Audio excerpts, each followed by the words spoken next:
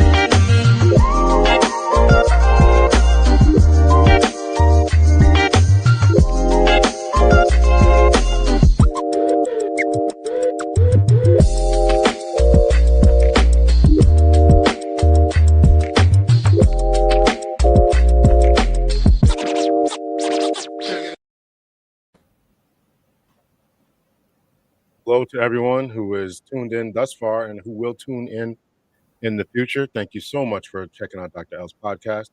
I have a very special guest today, Miss Mary Frances Winters. Welcome to the show.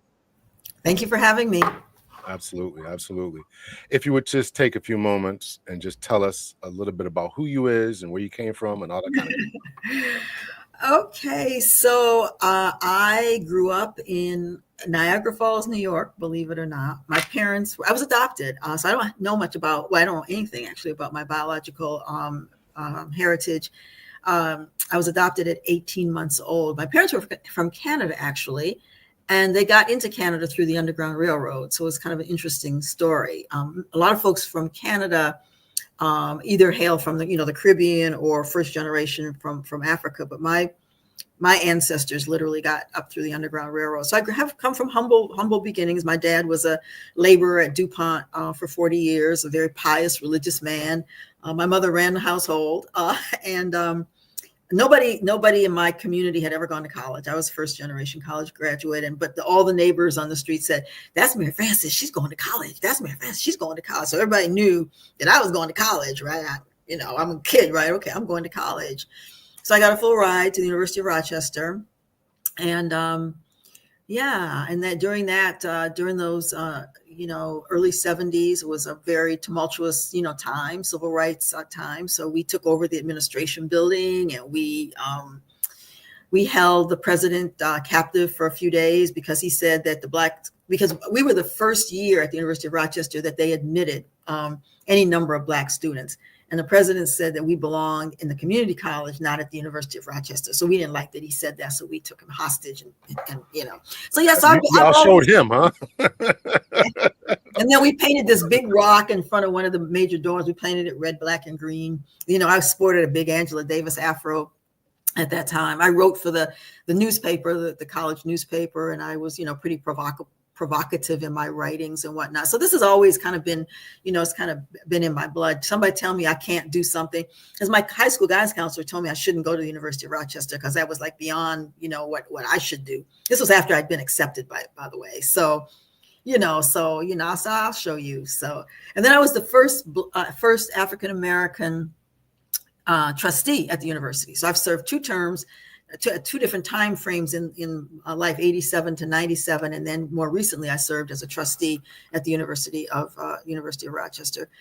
So that's me. I worked for Eastman Kodak for a few years and couldn't stand that. It's so racist and sexist, and the straw that broke the camel's back when one of the vice presidents put his hand on my leg during a meeting, and I'm like, okay. Where is this? Where was this at? Where was this? Eastman Kodak Company. Remember Eastman Kodak? Remember that company?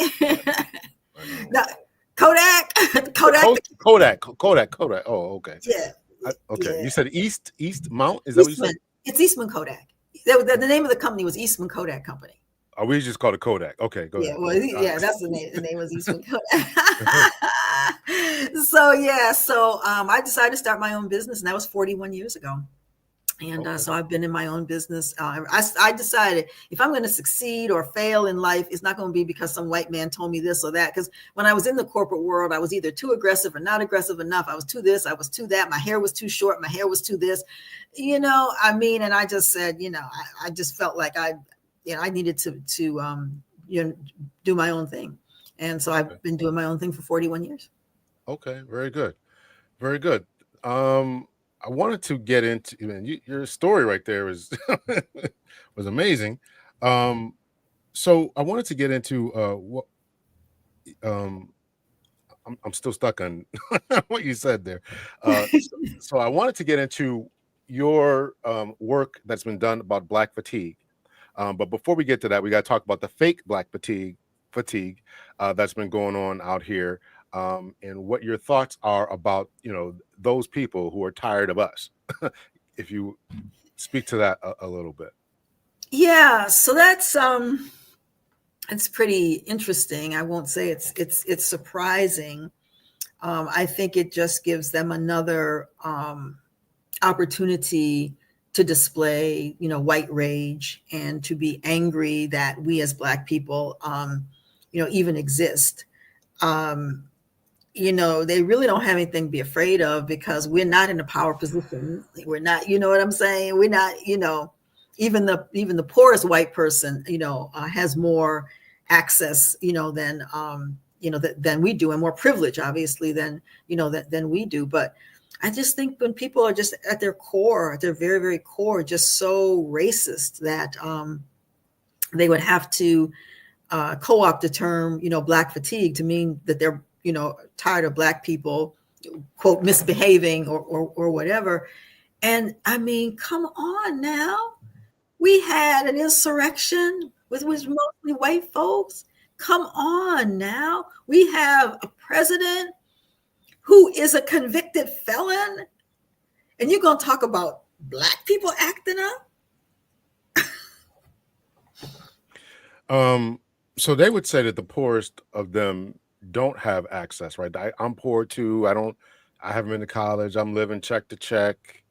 That's what they would say. So what do you mean when you say that they don't have when they have access? So what I mean by that, and I don't want to generalize too much, and because what I said when I responded to that is I said, I don't know your story, and so I'm not going to try to say that white people or a white person isn't living, in poverty, paycheck to paycheck.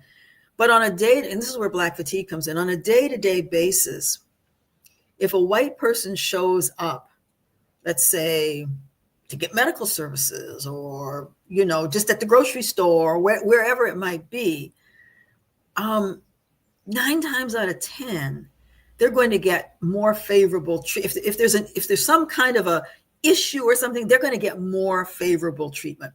It even happens here. So I mentioned to you that I live part-time in Barbados. So Black people in Barbados, not all, but some Black have learned it's a service industry that they serve white people because it's tourism. So I've had situations where I've been overlooked for them to go and serve the white person, right? So the physical manifestation, the color of our skin, the amount of melanin that you have in skin impacts how you are treated and how you walk in this world on a day-to-day basis. And so that's what I mean. Mm. Now, you did, so you were working at the Kodak company, and that's the one where the guy was aggressive and put his hand on your leg or whatever. Mm-hmm. Is that the place? Mm-hmm. Was that both, in your estimation, was that both a race thing and a female thing, or solely a female thing? I think that particular that was just one of many incidents I had there, but that was, I think, probably more, a female thing. I had somebody at the time I was sporting in my early days at Kodak. I was sporting like a very short natural, and somebody came into my office, appeared. He wasn't my manager. Came into my office and said, "I have a question for you. Will your hair grow?" And I said, "Yeah, it will." And he said, "Well, you ought to let it." So so there, I got lots of stories, but that's just, some of the things that I remember. And those types of micro or macro aggressions that came against you that caused you to want to start your own company. Is that how you got into that? Yes, exactly. I decided that, I could leave Kodak, I could go to another, another corporation. But at that time, this was 1984. At that time, I just thought, it's probably going to be just the same. So like I said, if I'm going to make it or not make it in this world, it's not going to be because I'm in a system where the odds are kind of, I don't want to say stacked against me, but the odds are that it's going to be a whole lot harder. Don't get me wrong, being an entrepreneur, having your own business is very hard, but at least it's mine. At least it's mine, right? So let's go. I want to kind of go back a little bit here. So you were adopted, and you don't know anything about your adopted parents, right? So your parents who adopted you, and they're Black, I assume, because they made it up through the underground. They got here through the Underground Railroad, correct? Correct. Okay. Mm-hmm. Do they have any pictures or stories or anything like that, or they talk about that, or how did that go as far as their travels here and all that? Well, they were already dead. That was their ancestors who got through the Underground Railroad. So, but they just that my mother's family hailed out of Maryland, so they got into the Underground Railroad through Maryland. My dad's family was somewhere in Virginia, and so his family they got into Canada, into just over the border to Niagara Falls. My mother's family was 110 miles north of Toronto, which is a place called Owen Sound. So that's where her family, they got way up into Canada. So you know about the AME Church in the United States, African Methodist Episcopal Church, the AME Church? I do, yes. Well, in Canada, they have the BME Church, the British Methodist Episcopal Church, and that's the Black church in Canada. I did not know that. Okay, I learned something today. Okay. Yeah. Now, Canada still had some race issues, but nowhere to the extent of the U.S., correct? No. Oh, Canada had race issues big time. I remember my uncles and my aunt. So my aunt used to, one I'm named after, Aunt Frances. She was quite an activist herself, but she would march with the Indigenous people, in Canada, in Canada, and my uncle was discriminated against in business. And as a kid, I just remember him coming home and, from work and just being totally frustrated. So no, Canada, it may have been more subtle, but they absolutely, and still, we do work across borders in the work that the Winters Group does. And, racism is everywhere. Racism is everywhere. Do you think that we can ever end that? Do you ever think we can ever end racism, or is it better just to say, forget those people, let's just build our own, as you did, just build our own, hang around our own? What are your thoughts about that? So I'm an optimist. And, if you had asked me this question, maybe like 2020, I thought maybe there was some hope, when people, maybe I should have known, before they scaled the fence at the Capitol. Yeah, this was the George Floyd, this short-lived George Floyd era, where many organizations said, "Oh, we didn't know racism still exists. Oh, we didn't know. We're going to focus on anti-racism. That's what we're going to do." But as soon as we said that's what we're going to do, even before the second Trump administration and all that, there was still a lot of backlash about that. I remember going into organizations, we get the contract, they say, yes, we want to do anti-racism work. And then when we start to do anti-racism work, like, whoa, what's this? This anti-racism work. And then, oh, no, that's not what we want. We don't want white people to feel badly. We don't want anybody to feel, you have to make sure that they don't feel guilty or that they feel badly. So, I think it's so embedded in our culture, and this is worldwide. And I think it really is, it has to do with the color of your skin. People who are dark, have a little more melanin around the world, are treated not as well. And this has been shown in research and whatnot. In my book, Black Fatigue, I talk about Latinos. Lighter skinned Latinos get paid more than darker skinned Latinos for the same work. Subtle, right? Lighter skinned Black people get paid more than darker skinned Black people for the same work. These are studies that have been researched and have been They do the analysis, they do the statistics, large data sets. So the darker you are, look at India. Look at India. Yeah. Okay. Right. Yeah. So it's all around the world. So I don't think that in our lifetime we're going to solve it, because we keep regressing. We continue to regress, right? Like what's happening now in the United States. I do think, though, we have to continue to try. We can't give up. Keep Well, forging. you're definitely an optimist. I was thinking about a book that I just bought. I haven't started to read it yet, and it's upstairs. Otherwise, I put it up. It's talked about. It was like the title is "Before Racism," before racialized something like that. I can't think of the Mhm. name of the book, but I'm anxious to read it, and I just haven't gotten to it yet. But it tries to paint. I think the thesis of it is it tries to paint that before the current system of white supremacy, that there was a time when people didn't look at race. They talk about Oh, the Roman yeah, Empire and things like that. Yeah. absolutely, absolutely. Race, and I talk about it in my book too. In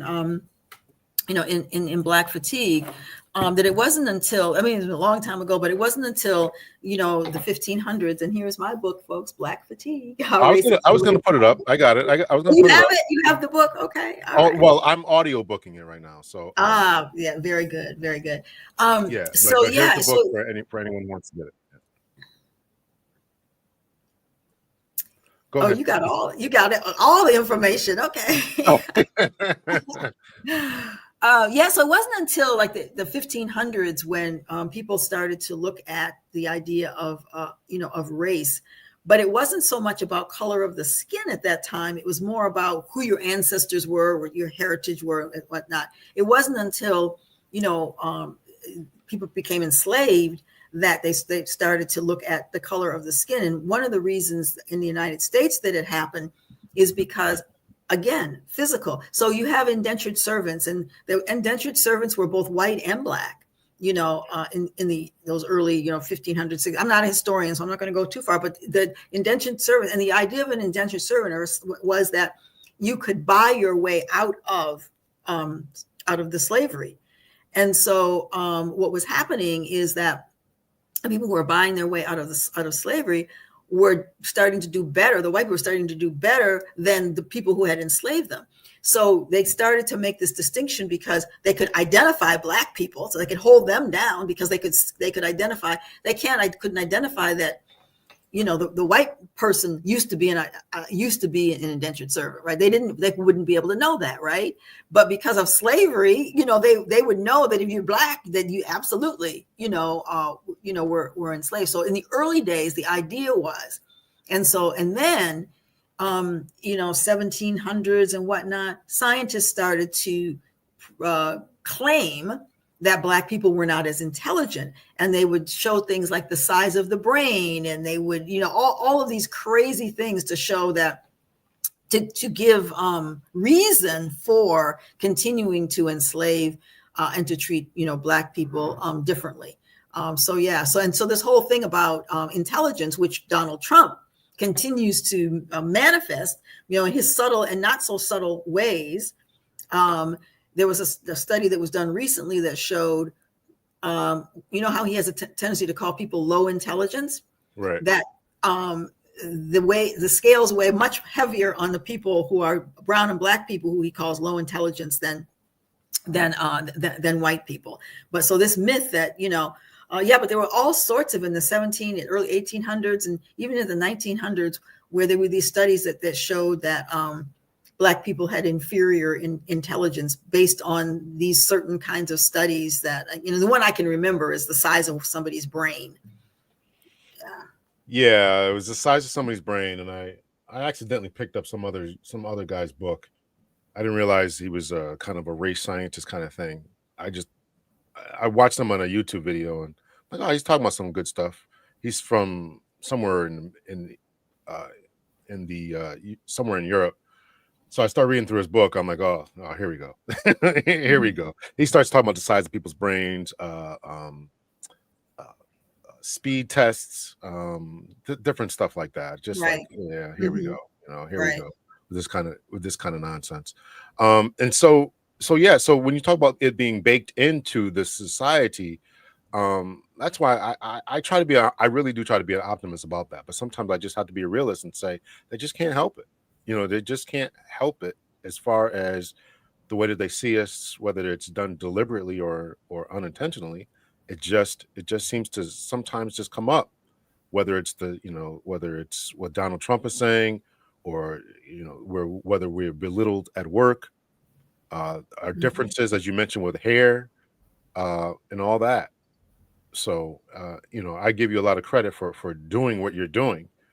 Um, so do you think that you've made for any companies that you worked with, have you made a difference in any of those companies?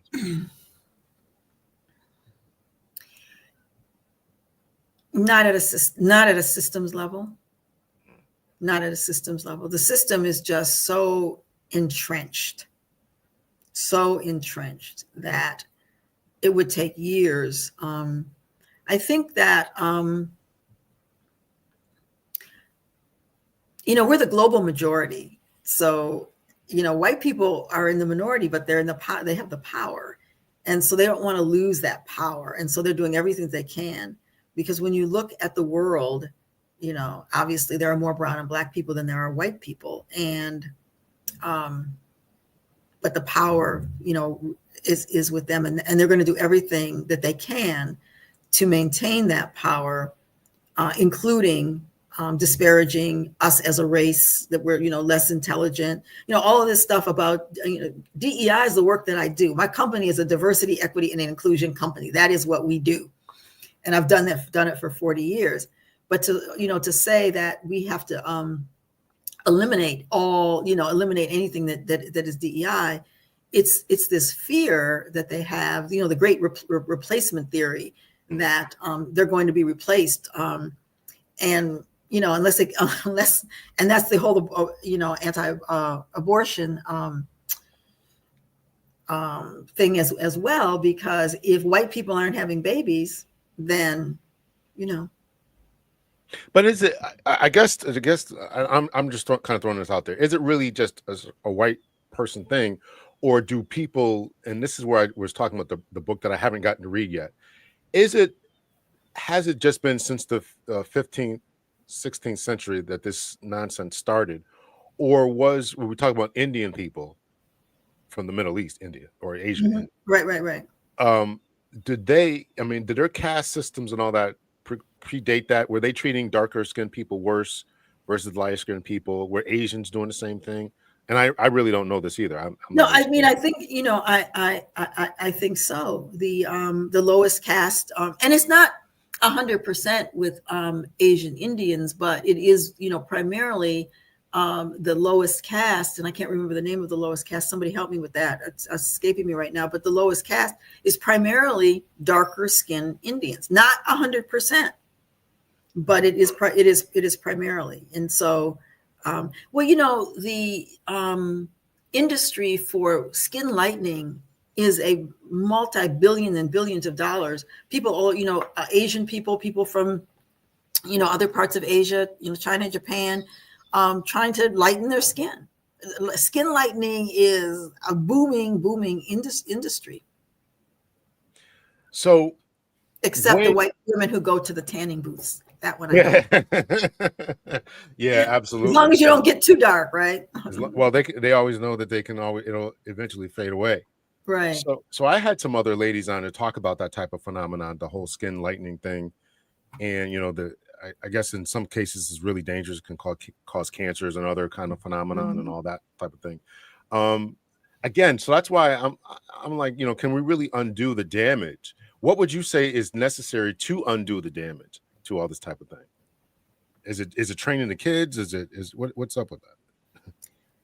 I used to think it was training the kids, the younger generation, but they're learning from their parents, but they're also learning from society, from what they see, in society and the images. My daughter-in-law she's a psychologist, and she does work in the schools, she's a researcher, a PhD researcher, where she looks at how teachers respond and react to students based on, based on their race. And she's done things like, with the brain waves, like, I don't know, putting stuff on people's head, brain to see how it responds. And it's deep. I mean, the response to Black children is very different than the response to white children. So it's just so deep and insidious and unconscious. A lot of the times it's just, it is unconscious. And then there's the learned helplessness and the internalized racism where, so with my term Black fatigue, there are some Black people now who are saying they have Black fatigue because they're tired of Black people, acting out. So they're saying, I'm tired of us. I'm tired of Black people. I'm Black and I'm tired of Black people. That's internalized racism. That's a good point. That kind of brings me to why I want to have you on is to kind of really discuss that from the psychological perspective that we all come from, and what that's doing to us. So when we talk about I don't even think we kind of defined your definition of Black fatigue. So if you would just define that for us and what you meant when you wrote your book and. So, as a consulting firm, we do a lot of work in organizations where we'll go in and collect data, and we'll do listening sessions or focus groups with different demographic groups. And as I was doing those, I was hearing, particularly from Black professionals, young engineers and, marketing analysts and, people who are in these organizations, these big organizations, saying that they were exhausted. So I would tease and I'd say, hey, you're 25 years old. How you be exhausted yet? At my age, I'm exhausted. I've been out here. And they would, they would look at me like, okay, older lady, I respect you, but look, I'm telling you, I'm tired of it.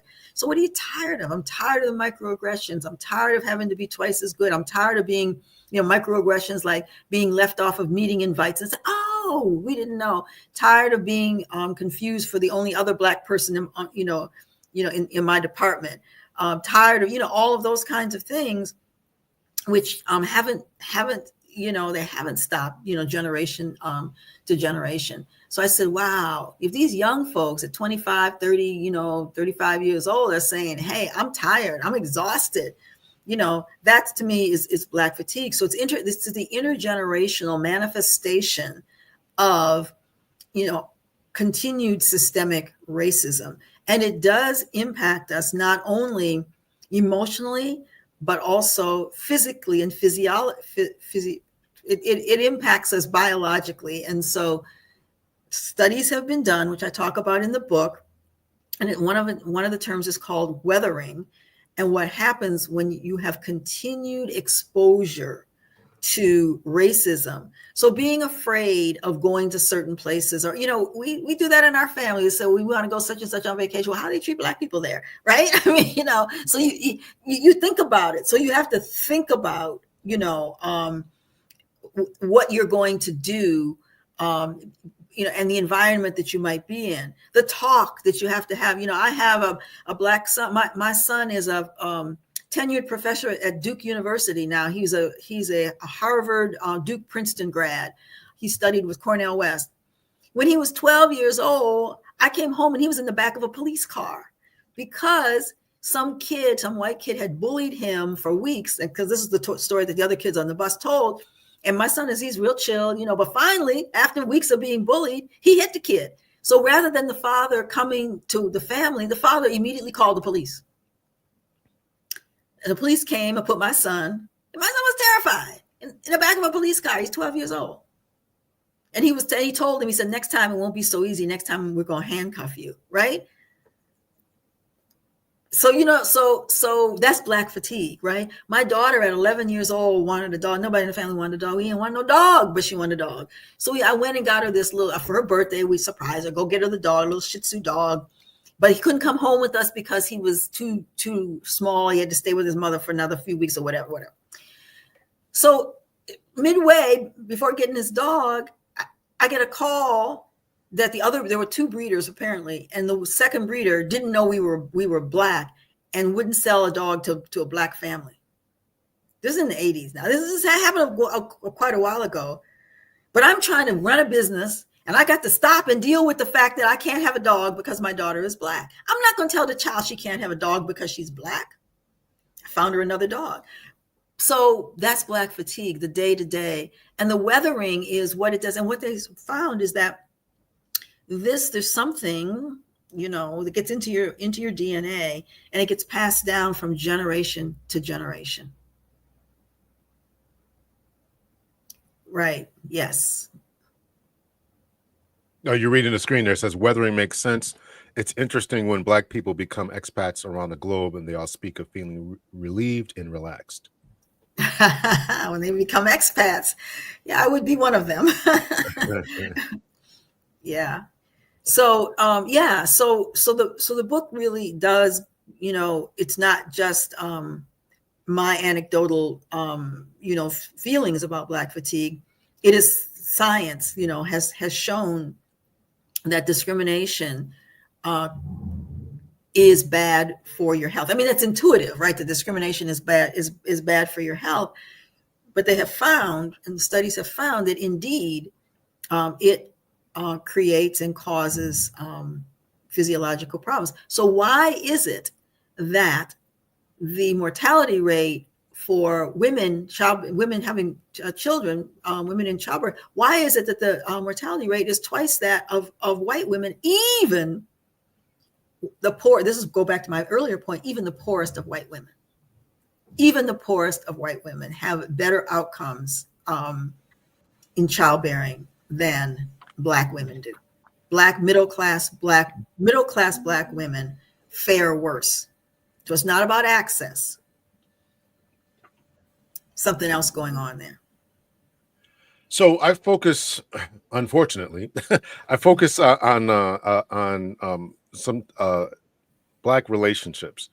Not that I want to focus on that. I really want to talk about Black men improving themselves in their psychology, which I think is definitely goes along with your book there. But how does that type of psychology, where we feel bad, where we're suffering physiological effects, you mentioned how it's passed down through generations through our DNA. Can you speak about how that more impacts our psychology, self-limiting beliefs, and also ultimately what that would do to our relationships? Right. Yeah, I mean, this is so deep. There's just so much. So I see one of the comments is it doesn't impact, everybody's not impacted this way.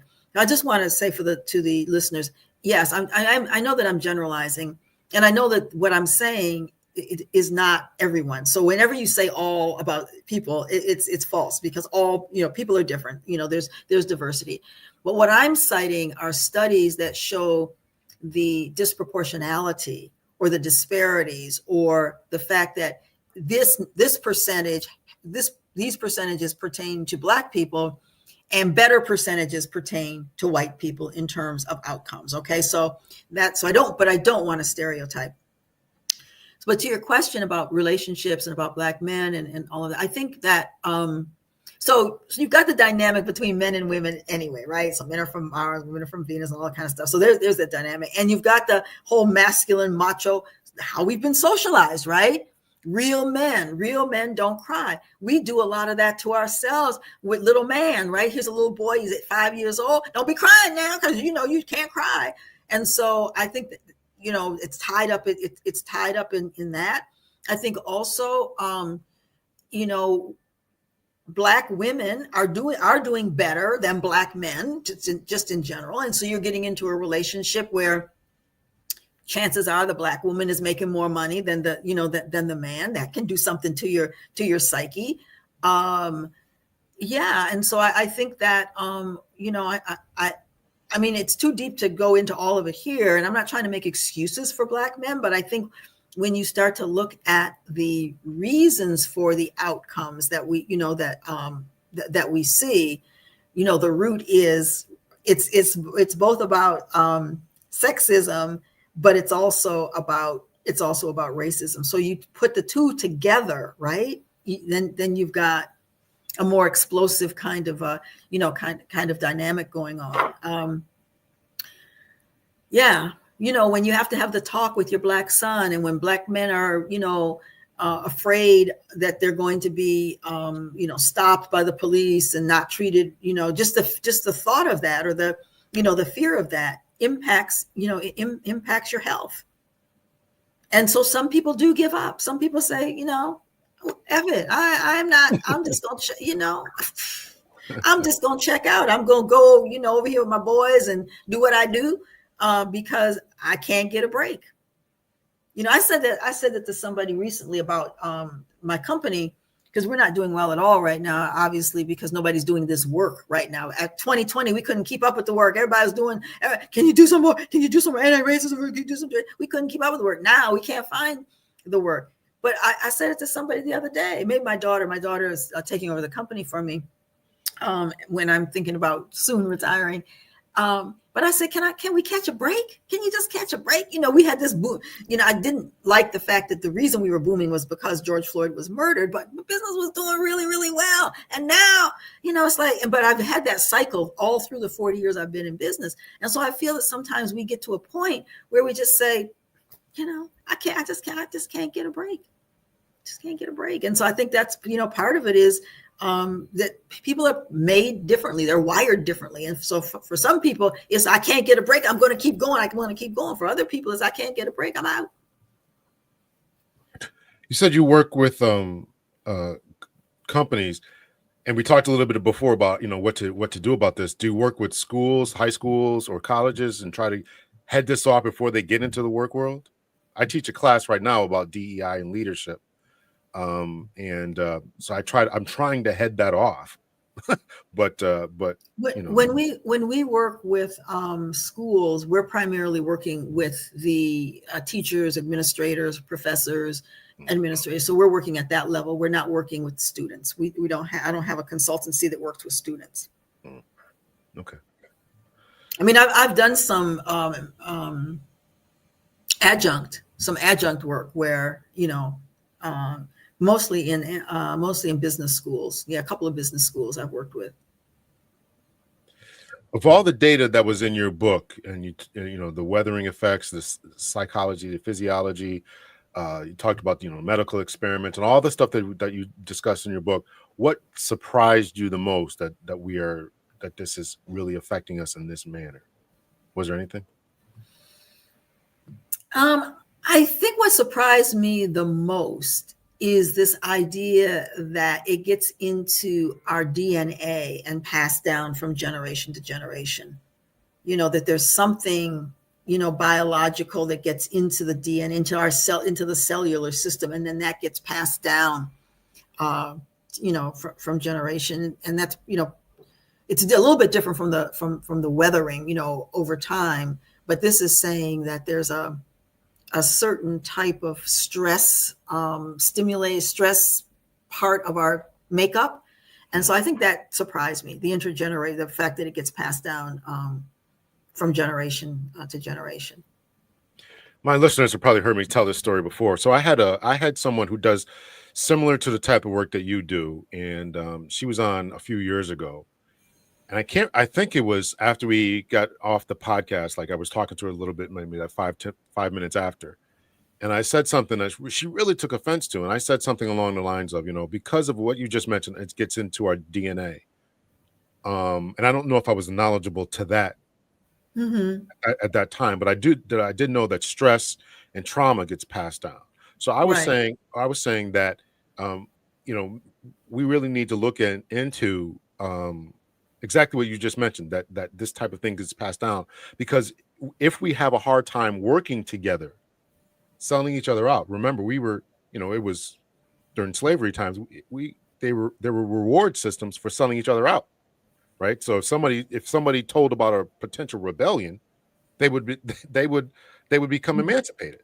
So and other things that were going on through slavery. So I'm simply saying that maybe this idea of us selling each other out in that time could be transferred through our DNA to, do we have a hard time working together today and coming together, fixing our communities, et cetera, et cetera, et cetera.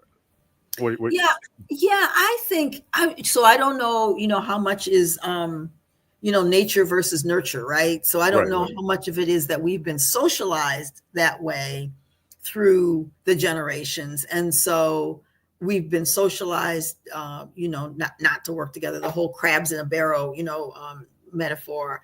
Right. You're climbing, then I got to pull you back down. But I mean, that true, since we are the global majority, it is true that if we were to work together, that doesn't seem to be something that we've ever been able to pull off in any real sustained way. There have been moments, right? There have been moments, the civil rights movement, but look at all that we lost, and look at all of the bloodshed that happened. And I mean, I think during slavery that was happening too. I mean, the groups that got together to know what to say and who the words to use to, when they were singing those spirituals, it was really meaning, we getting ready to get out of here, and you come on and come on down the Underground Railroad. So I mean, I think the Underground Railroad was truly an example of us, working together. I think the 60s and 70s, civil rights movement was truly an example. And I'm just talking about Black folks right now, of us working together. But there's so much out there trying to thwart that and not see that happen. So I don't know if it's in our DNA or if it's just we've just been so conditioned. Yeah, no, I agree. I'm not saying that it is, and I think that's the way that the other person took it. Like I'm saying that we're inherently defective. I'm not saying that at all. I'm saying that we have some issues and we need to figure it out. If it's in our DNA, okay, well, let's work on that. And if it's socialization, let's work on that. Let's just figure out what's going on. That was my right, exactly. That was my point. So High Vibe says, I remember the predictions of what America would look like by 2030. So Project 2020 is a part of the white panic about the browning of America. Absolutely. Absolutely. And it's already happened. I mean, we're already,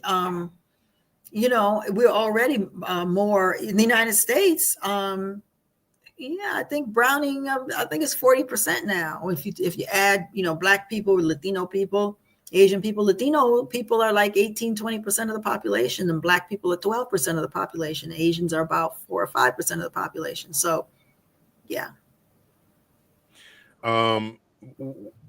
Some people go back and forth about citing Black and brown coalitions and all this type of thing. What are your thoughts about that? Or should Black folks just be concerned about Black folks? No, because they're after everybody. So we need to come together. Yeah, Black and brown. Black and brown people. Yeah. All people of color. We need to come together. We need to work together. Okay. Now, I mean, the issues are different because our histories are different. The histories of how we got here, are different. But regardless, I think that there's the faction now is saying we don't really want you here, right?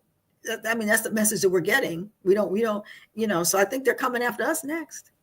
Well, I think that's the point that a lot of people are struggling with is, we look at the marches, the riots, what was it? No King's Day, whatever it was the other day, whatever's going on with all that. Eventually they'll come around for us. Right. Right. So, I mean, that's kind of the narrative there, that we ought to work together. Right. So. Oh, definitely. I definitely believe. And so that's why I had a difficult time with the title of the book, Black Fatigue. And I do recognize in the preface and the introduction, either one of those, that while I've chosen that title, that I recognize that the manifestation of this goes further than just people who identify as African Americans, people who identify as Latino, people who identify, as Asian. And I do relate it though to the color of one's skin. So when there's when you can visibly look at someone and say that person is not white, that's who my book is targeted at. Okay. Let's go back to the co-opting of the term there. And you said some Black people are sick of Black people too. That's what I'm hearing. That's the latest. It's the Black people are sick of Black people. Yeah. So how do we go to your point there? How do we go from the civil rights movement to working together to the 1960s to this place where we're at? And I want to incorporate not just where we're at in a socioeconomic status, but also where we're at as far as our relationship. Because I think that our relationships and our inability to work together, we're talking about men and women at each other's throats, really kind of translates or helps to exacerbate this problem that we have going on with our social status. How do we get here in your estimation? Yeah, that's a tough question. I think that exacerbating the issue is social media. I think, while social media has obviously its, good points, I think that a lot is happening to divide us, on social media. I don't think you get the richness and the nuances, when somebody, posts something on Instagram or posts something on X or whatever, or Threads, or whatever the latest one is. I don't know that you get the depth of the conversation. And then with artificial intelligence moving as fast as it is, I think that that's going to also negatively impact our efforts to work together. It doesn't have to, but those machines are trained on algorithms that have the past knowledge and data. They're trained on what we know, what we already know, right? They're trained on that, and because they're trained on that, what you're going to get is the continued biased kinds of output. So as students start to use artificial intelligence to write their papers and all that kind of stuff, and I just think it's going to make it, because the bias is inherent, is ingrained, and the bias is already there. So technology, while it could help, I don't think at this point is, because the people who are training the algorithms and people who are developing them come with their own biases, right? Garbage in, garbage out was the old thing that we used to say. Yeah, that's an interesting point. Now we have a racist AI. Yeah, that'll be Oh, crazy. it is already racist AI. Yeah. That'll be crazy. So High Vibe says, shouldn't we demand brown people to address their anti-blackness before we try to collaborate with them?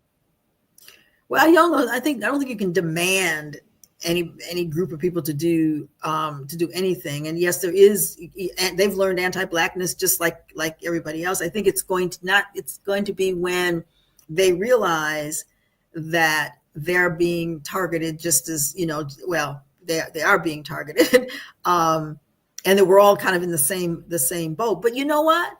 There are levels to this, right? And again, I still say that the levels are that the darker you are, the lower you are on the pole, if you will. I won't say totem pole because that's not an appropriate thing to say, but on the pyramid, let's just say, on the pyramid. So, and I think for white people as well. So I think white people see Asian people at a higher station than we are, than Black people. I think they see Latinos to some point. Latinos would be at lower than, from my perspective, lower than Asians. And then Black people are at the lowest. However, what we see recently with, the Trump administration sending all the Chinese and the Asian students back to their countries, we needed them for a reason. There was a reason that they were seen in this higher level, because they come with that technological, know-how. Let's face it, our education system in the United States is really not that good for anybody. It's really not that good. So even the white folks who are getting Ivy League education and whatnot is still not. It's still, in my way of thinking, is still inferior to the education that people get in Asia. Even here in Barbados, I think, because it's more on a British, the education system of Barbados is superior to the U.S. education system. I don't think that people realize that. I was listening to somebody who kind of deals with that, and he was saying that of the top 20 universities that teach engineering, something like 15 of them or 16 of them are from China. Exactly. So, and Caltech, you think about our big schools, Caltech, MIT aren't even in the top 20. And as far as globally. There you go. We don't realize how bad our system is. The only thing that we're really, really good at is HR and putting out good lawyers. So, Right. but everything Yeah. else, Yeah. we're really, really subpar But in the United it's States. the arrogance. It's the arrogance of the United States. The arrogance thinking that we are the superpower. We are superior. Yeah. Yeah. So Miles asked the question. I don't know where it is up here in the thing here, but he says, what do we do as far as Black folks going forward, moving forward? What would be your recommendation? We talked about working together with brown people. We talked about the hair, how women deal with hair. What do we do from here going forward? What would be your recommendations? I think the coalitions, when you say working together, that's collaboration, but forming various kinds of coalitions, and I'm seeing that begin to happen, and I'm seeing those coalitions beginning to collaborate with with each other. So I'm a part of some groups where I don't want to name them on here, but I'm a part of some groups that are bringing people from different disciplines, so it's interdisciplinary groups that we need, in order to affect change. So lobbyists, legislators, people in the health field, corporate, coming together, because all of these things are interconnected, right? And so I think what we've had in our history is people working in their various silos, right? So I'm on the Council on Black Health, right? And so they're looking at issues around Black health, but how do you connect that with the corporate world? How do you connect that, and with education? And so what I'm seeing to start, we need to do more of that, is interdisciplinary work. Interdisciplinary work. Um, and I agree with that. I definitely can appreciate that. What are your thoughts about just family life? We touched on this a little bit. Men and women getting together, getting married, raising families, staying together. Our divorce rates. Somebody put in the chat before, our HIV rates are going up. Can you speak to any of that and how that would help the future? Oh yeah, that is so deep. But as you know, the reason that our relationships are, and again, I'm not trying to make excuses, are what they are, dates back from when families were separated. Mm. Right? So families were separated during slavery. And so what a family looks like, what society says a family looks like, has kind of never been what our families in general look like. I know that I think it's only 40% of Black women have a chance of getting married. The number of Black women outnumbers the number of eligible Black men. All of those kinds of things, and the reasons for it are just so deep. And so I think when we think about working on relationships and working on that, not to be so concerned about the conventional way that a family, quote, is supposed to look. So if you're not married, but you have a loving relationship and you're taking care of your children, so family can look really different, I think. And I think we need to come to grips with what that is. I think it's about accountability. I think it's about responsibility.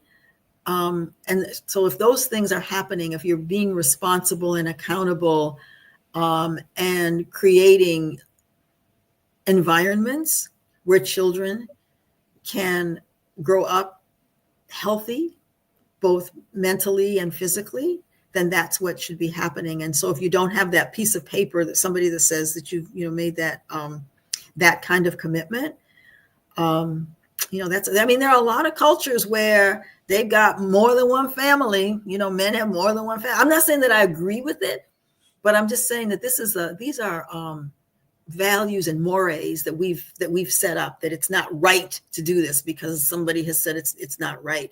So rather than looking at what's right and what's wrong, I think from my perspective, just in my perspective, what's right is to do the right thing so that we have healthy children and they grow up to be healthy adults.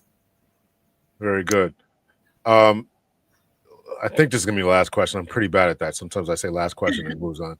So, if you were to advocate for Black folks having their own schools, um, trying to set up their own businesses versus trying to integrate and trying to get Mm, these folks to mhm, like us, which one right. would you advocate for? Oh man, I think I'm gonna have to advocate for us doing our own thing because when we were doing it, we were doing it until But the problem with that is then they come tear it down. I mean, what am I trying to think of when the black neighborhoods that where businesses were thriving and whatnot, and they came in the 30s. What was it? Where was that?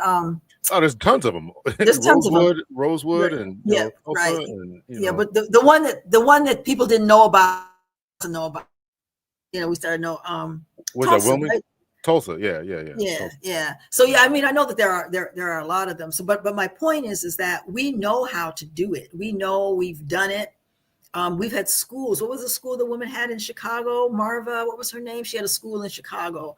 It was a K through 12, but just for black kids. It was very successful. There are examples of others.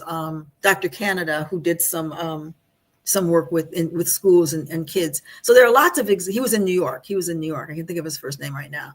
So there are lots of examples where when we turn inward and work on ourselves and work with ourselves, that we can thrive. We can thrive.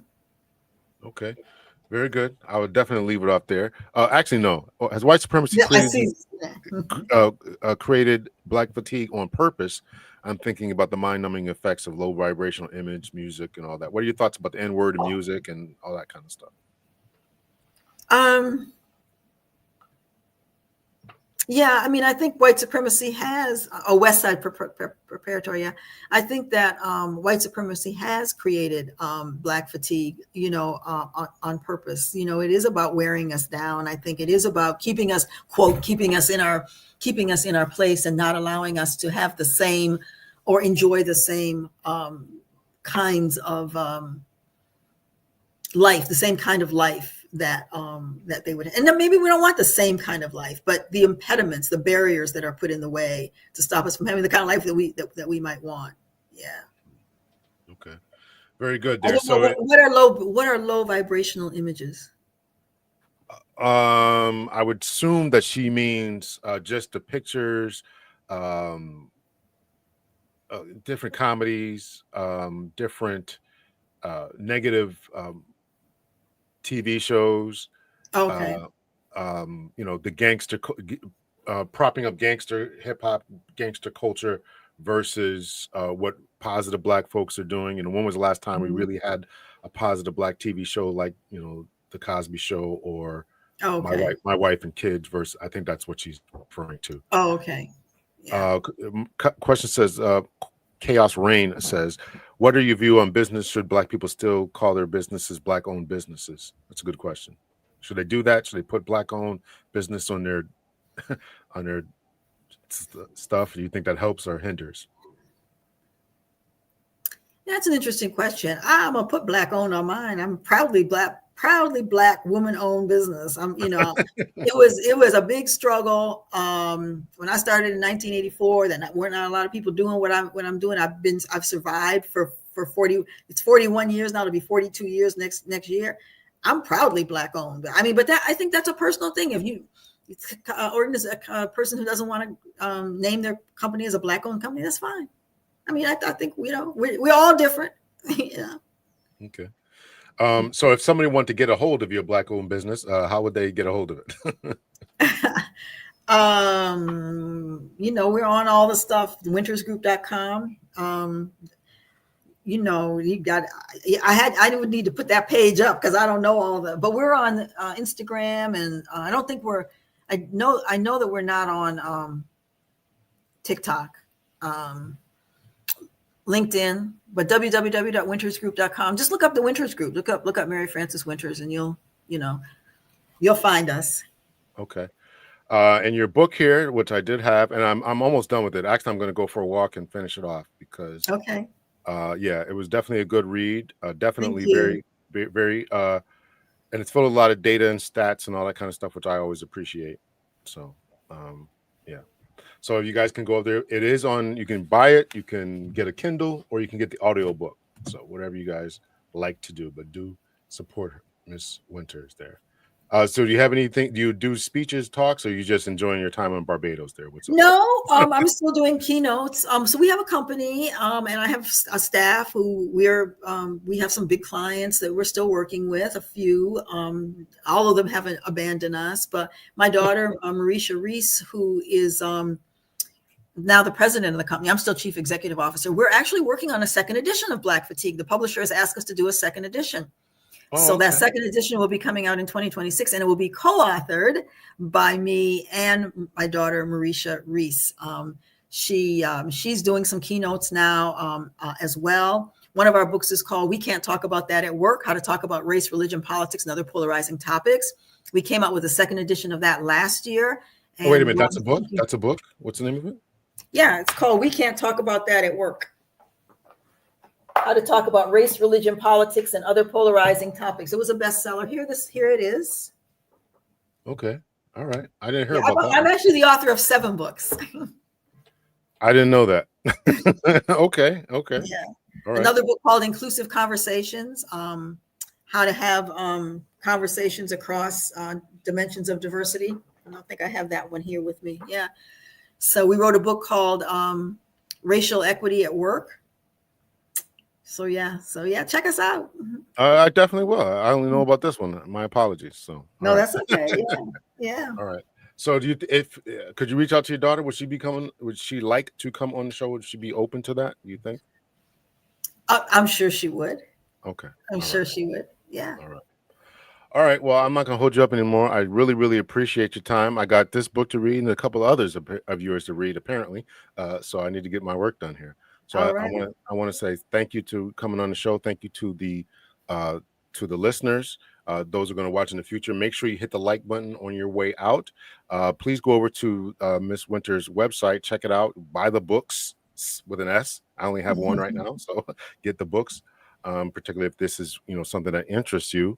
And so let's keep making it do what it do. So thank you again, Miss Winters, for coming on the show. I definitely appreciate it. Thank you for having me. I appreciate it. Absolutely. All the best to you and your followers. Thank you for coming on today. Thank you.